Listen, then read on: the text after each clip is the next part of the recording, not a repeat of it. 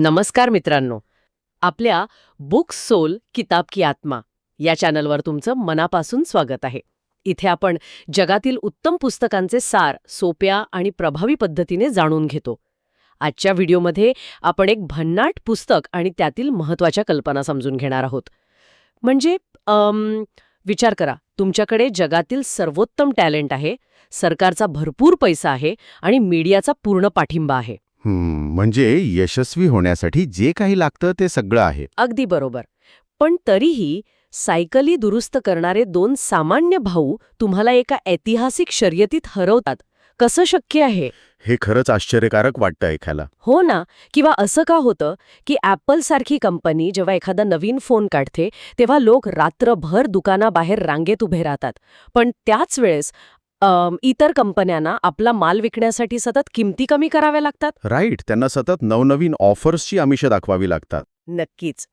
तर आजच्या या सखोल चर्चेत आपण सायमन सिनेक यांच्या स्टार्ट विथ वाय या मूळ स्रोताच्या आधारे याच प्रश्नांची उत्तरे शोधणार आहोत.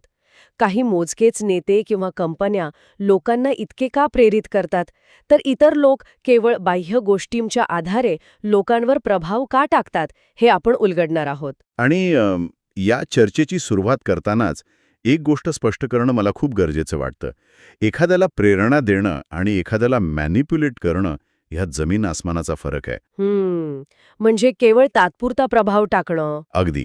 आजच्या या माहितीच्या भडीमारात आपण पाहतो की लोक डिस्काउंट्स किंवा भीती यांसारख्या तात्पुरत्या उपायांवर विसंबून राहतात.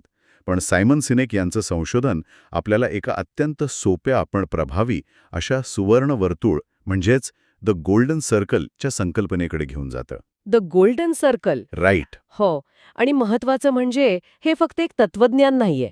यामागे मानवी मेंदूचे एक भक्कम विज्ञान आहे, जे आपण आज सविस्तर समजून घेणार आहोत. ते मग हे सुवर्ण वर्तुळ किंवा गोल्डन सर्कल नक्की काय आहे? इथूनच आपण सुरुवात करूया का? नक्कीच. कसं आहे ना, गोल्डन सर्कल ही 3 वर्तुळांची एक अतिशय साधी रचना आहे. कल्पनेत एक डॅशबोर्ड आणा. ओके, आणला. त्याच्या सर्वात बाहेरच्या वर्तुळाला आपण काय किंवा व्हॉट म्हणूया. त्याच्या आतल्या मधल्या वर्तुळाला आपण कसे म्हणजेच हाव म्हणूया. आणि अगदी केंद्रस्थानी असलेल्या बिंदूला आपण का किंवा वाय म्हणूया. व्हॉट, हाव आणि वाय. राईट. आता गंमत बघ, जगातल्या प्रत्येक कंपनीला किंवा व्यक्तीला ते रोज काय करतात हे 100% माहीत असतं.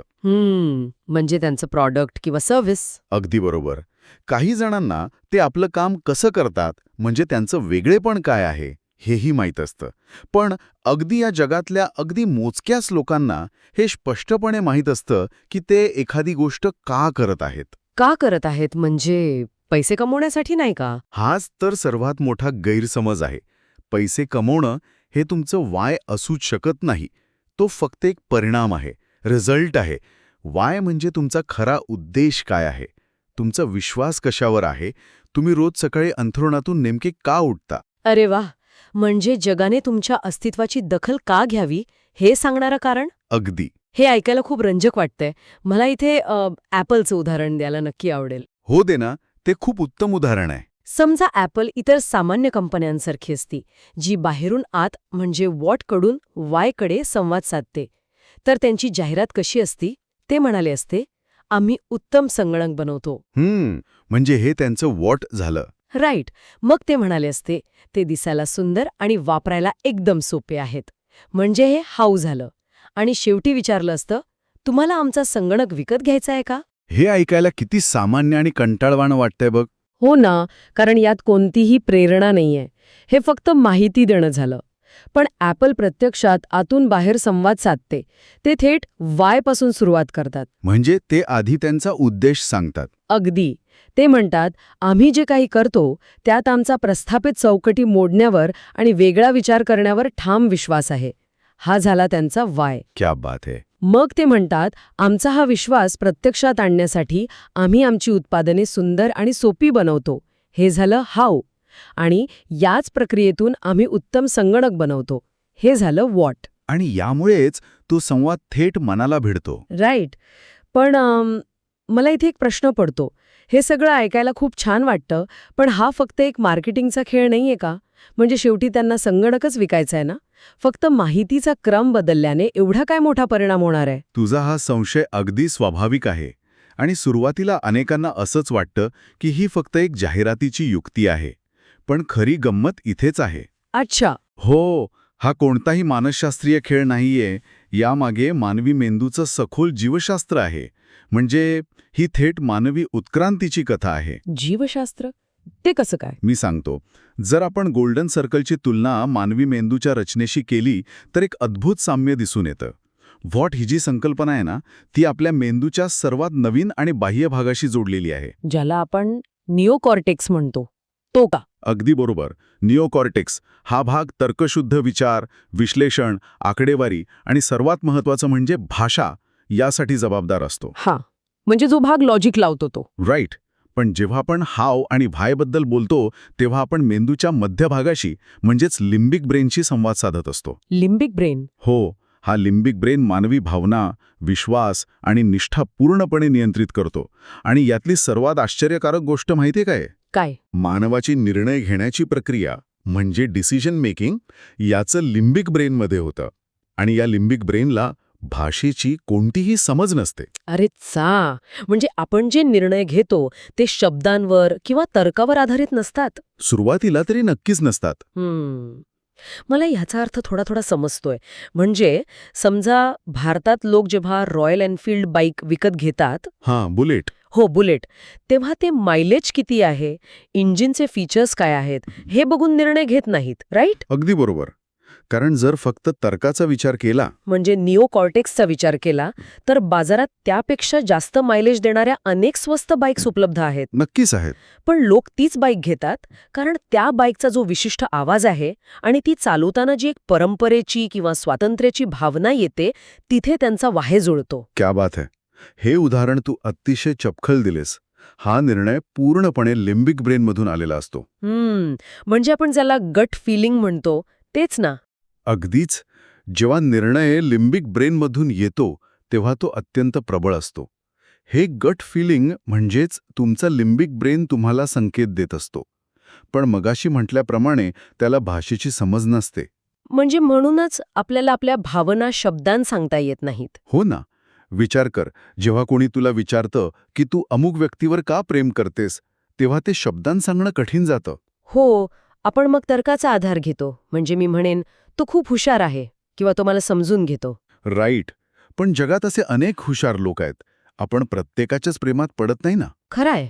खरा निर्णय आधीच भावनांच्या आधारे म्हणजेच वायच्या पातळीवर लिम्बिक ब्रेनमध्ये झालेला असतो. आणि नंतर आपला तर्कशील निओकॉर्टेक्स फक्त त्या निर्णयाचं समर्थन करण्यासाठी भाषेचा आधार घेतो. हे खरोखरच डोळे उघडणार आहे. म्हणजे बाजारात एखादा साधा टीव्ही विकत घेताना सुद्धा आपण स्वतःला सांगत असतो की आपण पिक्सल आणि वॉरंटी बघून टीव्ही घेत आहोत, पण खरा निर्णय आधीच त्या ब्रँडवर असलेल्या विश्वासावर झालेला असतो. बरोबर. म्हणूनच सायनेक जे म्हणतात ना, लोक तुम्ही काय करता ते विकत घेत नाहीत, तुम्ही ते का करता हे विकत घेतात. हे आता मला जास्त अर्थपूर्ण वाटतंय. हो, कारण आपण सरळ त्यांच्या निर्णय घेणाऱ्या मेंदूला साथ घालत असतो. आणि जर एखाद्या कंपनीने आपला व्हाय स्पष्ट केला नाही तर खरेदीदारांना केवळ तर्क आणि आकडेवारीवर अवलंबून राहावं लागतं. आणि मग त्यातून फक्त संभ्रम निर्माण होतो. अगदी, कारण निओकॉर्टेक्स विश्लेषण करू शकतो पण तो ठाम निर्णय घेऊ शकत नाही.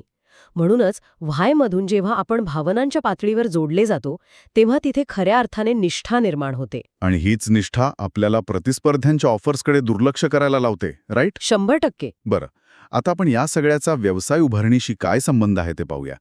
जर लोक विश्वासाच्या आधारावर जोडले जातात तर याचा टीम बनवण्यावर कसा परिणाम होतो? बघ, कोणत्याही उत्तम नेतृत्वाची सुरुवातच मुळी विश्वासातून होते. तुम्हाला अशी टीम हवी असते जी तुमच्यावर मनापासून विश्वास ठेवते. म्हणजे फक्त उत्तम रेझ्युमे असलेले लोक नकोत? नाही चालत. केवळ कौशल्य असलेल्या लोकांना कामावर ठेवून उपयोग नसतो, कारण कौशल्य कुणीही शिकू शकतं.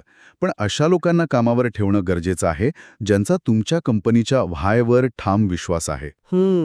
समान विचार असलेले लोक. हो, जेव्हा समान उद्देश असणारे लोक एकत्र येतात तेव्हा त्यांच्यात एक नैसर्गिक विश्वास निर्माण होतो आणि हाच विश्वास असामान्य यशाचा पाया असतो. यावरून मला सॅम्युअल पियरपॉइंट लँगली आणि राईट बंधू यांची ती ऐतिहासिक गोष्ट आठवतेय. अरे हो, ती खूप जबरदस्त गोष्ट आहे. 20व्या शतकाच्या सुरुवातीला माणसाने आकाशात उडावे ही एक जागतिक शर्यत होती. लँग्लीकडे त्या काळात सरकारचा प्रचंड मोठा निधी होता. जवळजवळ $50,000, जे त्या काळात खूप होते. हो, आणि त्याच्याकडे सर्वोत्तम बुद्धिमंतांची टीम होती, मीडियाचा पाठिंबा होता. म्हणजे त्याच्याकडे उत्तम व्हॉट आणि हाव होतं. पण तरीही तो यशस्वी झाला नाही, कारण राईट बंधूंकडे वेगळंच काहीतरी होतं. राईट बंधूंकडे ना सरकारी निधी होता, ना उच्चशिक्षित टीम. ते एका सायकलच्या दुकानातून काम करत होते. पण त्यांच्याकडे एक प्रबळ वाय होता. त्यांचा असा ठाम विश्वास होता की जर त्यांनी उड्डाणाचं तंत्र शोधलं तर ते जगाची दिशा बदलून टाकेल. अगदी. त्यांनी या एकाच स्वप्नाने आपल्या टीमला प्रेरित केलं. त्यांची टीम विश्वासासाठी काम करत होती, पैशांसाठी नाही. आणि अखेर त्यांनी पहिलं यशस्वी उड्डाण केलं. आणि यातला सर्वात धक्कादायक भाग माहितीये काय आहे? काय? राईट बंधूंच्या यशानंतर काही दिवसांतच लँग्लीने आपला प्रकल्प पूर्णपणे सोडून दिला. हो, हे मी वाचले. त्याने असं का केलं असेल? कारण त्याचा व्हाय कधीच स्पष्ट नव्हता. जर त्याचा उद्देश खरोखरच विज्ञानाची प्रगती करणं असता तर त्याने राईट बंधूंसोबत काम करून तंत्रज्ञान पुढे नेलं असतं. पण त्याला फक्त पहिलं व्हायचं होतं, प्रसिद्धी मिळवायची होती. म्हणजे तो फक्त व्हॉटच्या मागे धावत होता. एक्झॅक्टली. जेव्हा त्याला प्रसिद्धी मिळाली नाही तेव्हा त्याने प्रयत्न करणंच थांबवलं. यावरून हे स्पष्ट होतं की लोक केवळ पैशासाठी काम करतात तेव्हा ते लवकर हार मानतात. पण एका मोठ्या उद्देशासाठी ते रक्त सांडायलाही तयार असतात. खरंय. आपण तंत्रज्ञानाच्या जगातलं टीवो किंवा टीवोचं उदाहरण घेऊ शकतो. टीवोला अतिशय उत्तम तंत्रज्ञान होतं ज्याने लाईव्ह टीव्ही पॉज करण्याची क्रांती आणली. मग ते मागे का पडले? कारण त्यांनी सुरुवातीला बाजारात फक्त त्यांचे फीचर्स प्रमोट केले. त्यांनी लोकांच्या तर्कशील मेंदूला म्हणजे निओकॉर्टेक्सला आवाहन केलं. म्हणजे ते व्हॉट बद्दल बोलले. पण जर त्यांनी तुमच्या आयुष्यावर आणि वेळेवर तुमचं नियंत्रण असा प्रचार करून लोकांच्या भावनांना हात घातला असता तर कथा वेगळी असते. म्हणजे त्यांचा वाय स्पष्ट असता तर ते नक्कीच यशस्वी झाले असते. हो. ठीक आहे, पण आजच्या जगात जिथे रोज नवीन ट्रेंड्स येतात तिथे आपला वाय टिकून ठेवणं कसं शक्य आहे? म्हणजे एकदा उद्देश सापडला की त्या वाटेवरून न भरकटता कसं राहायचं? इथेच प्रामाणिकपणा किंवा ऑथेंटिसिटी आणि शिस्तीचा कस लागतो. प्रामाणिकपणा तो कसा? प्रामाणिकपणा म्हणजे तुमचा वाय रोजच्या कृतीत उतरवणं. नुसते उद्देशाचे मोठे बॅनर लावून चालत नाही. तुमच्या मूल्यांशी सुसंगत राहण्यासाठी प्रचंड शिस्त लागते. आणि ही शिस्त तुम्हाला हाऊमधून मिळते. म्हणजे वाय हा विश्वास आहे, तर हाऊ हे निर्णय आहेत. अगदी बरोबर. हे समजण्यासाठी पुस्तकात दिलेलं द सेलरी टेस्ट हे रूपक मला खूप भारी वाटतं. हो, ते खूप सोपं करून सांगतं सगळं. हो ना, मी तेच सांगते. समजा तू एका मोठ्या बिझनेस पार्टीत गेलास. तिथे तुला वेगवेगळे यशस्वी लोक भेटतात आणि ते तुला सल्ले देतात. ओके. एक जण म्हणतो, अरे तू व्यवसायात M&Ms म्हणजे चॉकलेट्स आणले पाहिजेस. दुसरा म्हणतो, नाही नाही, आजकाल राईस मिल्क खूप चालतंय. मग तिसरा म्हणेल ओरिओ बिस्किटे ठेव. राईट. आणि चौथा म्हणतो, तू सेलरी म्हणजे ती हिरवी पालेभाजी विकली पाहिजेस. मग आता एक सामान्य व्यावसायिक काय करेल? तो सुपरमार्केटमध्ये जाऊन हे सगळंच विकत घेईल. एक्झॅक्टली. कारण त्याला वाटेल की हे सगळे यशस्वी लोक सांगत आहेत, तर ते बरोबरच असेल. पण जर कोणी त्याची बास्केट पाहिली तर त्यांना त्याचा खरा विश्वास काय आहे हे समजेल का? अजिबात नाही. तो पूर्णपणे गोंधळलेला वाटेल. पण खरी गंमत इथेच आहे. जर तुमचा व्हाय स्पष्ट असेल, समजा तुझा मूळ उद्देश आहे नेहमी निरोगी गोष्टींची निवड करणे, तर मग मी पार्टीत सर्वांचा सल्ला ऐकेन. पण सुपरमार्केटमध्ये जाऊन फक्त सेलरी आणि राईस मिल्कच विकत घेईन. क्या बात है. आता तुझ्या बास्केटमधील निर्णयांवरून तुझा आरोग्यदायी उद्देश जगाला एकदम स्पष्ट दिसेल. व्हायमुळे आपला वेळ आणि पैसा वाचतो आणि निर्णय अचूक होतात. हे रूपक अतिशय प्रभावी आहे कारण ते आपल्याला फिल्टर कसं लावायचं हे शिकवतं. जेव्हा उद्देश स्पष्ट असतो तेव्हा कोणते सल्ले स्वीकारायचे आणि कोणते नाकारायचे हे बरोबर समजतं. आणि यालाच खऱ्या अर्थाने प्रामाणिकपणा म्हणतात, राईट? हो, तुमचे निर्णय तुमच्या विश्वासाचा जिवंत पुरावा बनत जातात. हे खूपच तार्किक वाटतंय. पण मग माझ्या मनात एक प्रश्न येतो. जर व्हायमुळे इतकी स्पष्टता येते तर अनेक मोठ्या आणि यशस्वी कंपन्या काही काळानंतर आपला व्हाय का विसरतात? या परिस्थितीला सायमन सिनेक द स्प्लिट असं म्हणतात. आणि हे यशाचं सर्वात मोठं आणि लपलेलं आव्हान आहे. द स्प्लिट म्हणजे दुभंगणे. हो, कसं आहे ना, जेव्हा कोणतीही संस्था सुरू होते तेव्हा ती छोटी असते. तिचा उद्देश आणि कामं एकाच रेषेत असतात. संस्थापक सर्वांसोबत काम करत असतो, त्यामुळे त्याची प्रेरणा शेवटच्या माणसापर्यंत पोचते. पण जशी संस्था मोठी होते तसा संस्थापक दूर जातो. अगदी बरोबर. आणि मग यश मोजण्यासाठी संस्था फक्त स्प्रेडशीट्स आणि KPI वर अवलंबून राहू लागते. म्हणजे सारा खेळ नफा आणि मार्केट शेअरवर येऊन थांबतो. हो, कारण नफा महसूल हे मोजता येतं, जे निओकॉर्टेक्सला समजतं. पण व्हाय ही एक लिंबिक भावना आहे. ती एक्सेल शीटमध्ये कशी मोजणार? ग्राहकांचा आनंद आपण आकड्यांत नाही मांडू शकत. राईट. त्यामुळे कंपनी अवाढव्य झाली की व्हाय अंधुक होतो आणि ते फक्त वॉटच्या मागे धावू लागतात. वॉलमार्टचं उदाहरण बघ ना. सॅम वॉल्टन यांचं. हो, त्यांनी वॉलमार्ट सुरू केली तेव्हा उद्देश फक्त नफा कमावणं नव्हता, तर सर्वसामान्य लोकांची सेवा करणं हा होता. कमी किमतीत वस्तू देणं हा त्यांचा हाव होता. बरोबर. पण त्यांच्या मृत्यूनंतर नव्या व्यवस्थापनाला तो वाय समजलाच नाही. ते फक्त जास्तीत जास्त नफा कमावण्याच्या व्हॉट मागे धावू लागले. म्हणूनच त्यांच्यावर कामगारांचं शोषण करण्याचे आरोप झाले. त्यांचा मूळ उद्देशच हरवला होता. यावरून पुस्तकातला तो स्कूल बस टेस्टचा उल्लेख आठवतोय मला. अरे हो, तो खूप महत्वाचा मुद्दा आहे. म्हणजे समजा उद्या सकाळी कंपनीच्या संस्थापकाला स्कूल बसने धडक दिली आणि तो जगात राहिला नाही, तर ती कंपनी आपला व्हाय टिकवून ठेवू शकेल का? हाच खरा प्रश्न आहे. आपण मायक्रोसॉफ्टचं उदाहरण घेऊया. जेव्हा बिल गेट्सनी कंपनी सुरू केली तेव्हा उद्देश होता प्रत्येक डेस्कवर कम्प्युटर आणून लोकांचं सक्षमीकरण करणं. हा एक अतिशय प्रबळ वाय होता. हो, पण जेव्हा स्टीव्ह बाल्मर सारख्यांकडे नेतृत्व गेलं तेव्हा कंपनीनी मूळ उद्देश गमावला. ते फक्त नफा कमावणारी सॉफ्टवेअर कंपनी बनून राहिले. आणि म्हणूनच ॲपलसारख्या कंपन्यांनी त्यांना मागे टाकलं. एक्झॅक्टली. म्हणूनच या चर्चेत अचीव्हमेंट आणि यश यातला फरक समजून घेणं आवश्यक आहे. अचीव्हमेंट म्हणजे तुम्हाला काय हवंय ते मिळवणं, पण यश ही एक आतून येणारी भावना आहे. जी तेव्हाच मिळते जेव्हा आपण एखादी गोष्ट का करत आहोत याची स्पष्टता असते. अगदी बरोबर. यश टिकवण्यासाठी तो वाय जिवंत ठेवावा लागतो. तर मग आजच्या या सखोल चर्चेचा धागा पकडायचा झाला तर आपण म्हणू शकतो की लोक तुम्ही काय करता ते विकत घेत नाहीत, तर तुम्ही ते का करता हे विकत घेतात. राईट? आणि हे केवळ मार्केटिंगचं तंत्र नसून मानवी मेंदूच्या रचनेवर आधारित एक विज्ञान आहे. आपला लिंबिक ब्रेन भावना नियंत्रित करतो. तिथेच आपण विश्वासाचे निर्णय घेतो. म्हणूनच आपल्या कामाची सुरुवात नेहमी व्हायपासून झाली पाहिजे. आणि सॅलरी टेस्ट वापरून आपण आपल्या उद्देशाशी प्रामाणिक आहोत ना, हे सतत तपासत राहिलं पाहिजे. खरंय. आणि म्हणूनच आपण जाता जाता एका नवीन दृष्टिकोनावर विचार करूया. आजकाल आपण सगळेच सतत दुसऱ्यांशी स्पर्धा करत असतो. हो, पैसा, मार्केट शेअर या वॉटच्या मागे धावत असतो. पण काय होईल जर आपण ही बाहेरची स्पर्धा थांबवली? जर आपण दररोज सकाळी दुसऱ्यांना हरवण्यासाठी नाही तर स्वतःपेक्षा थोडं अधिक चांगलं बनण्यासाठी उठलो आणि आपल्या स्वतःच्या व्हायशी प्रामाणिक राहिलो तर? क्या बात आहे. हा एक अतिशय सुंदर विचार आहे. जर प्रत्येकाने आपला व्हाय शोधला तर हे जग स्पर्धेवर न चालता विश्वासावर चालणार एक उत्तम ठिकाण बनेल. नक्कीच.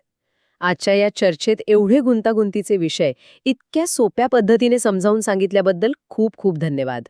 मलाही खूप मजा आली. मित्रांनो, आजच्या या सखोल विश्लेषणातून मिळालेला हा विचार तुमच्या रोजच्या आयुष्यात कसा वापरता येईल याचा नक्की शोध घ्या. पुन्हा भेटूया अशाच एका भन्नाट विषयासोबत. तोपर्यंत स्वतःचा व्हाय शोधत रहा आणि नेहमी प्रेरित होत रहा.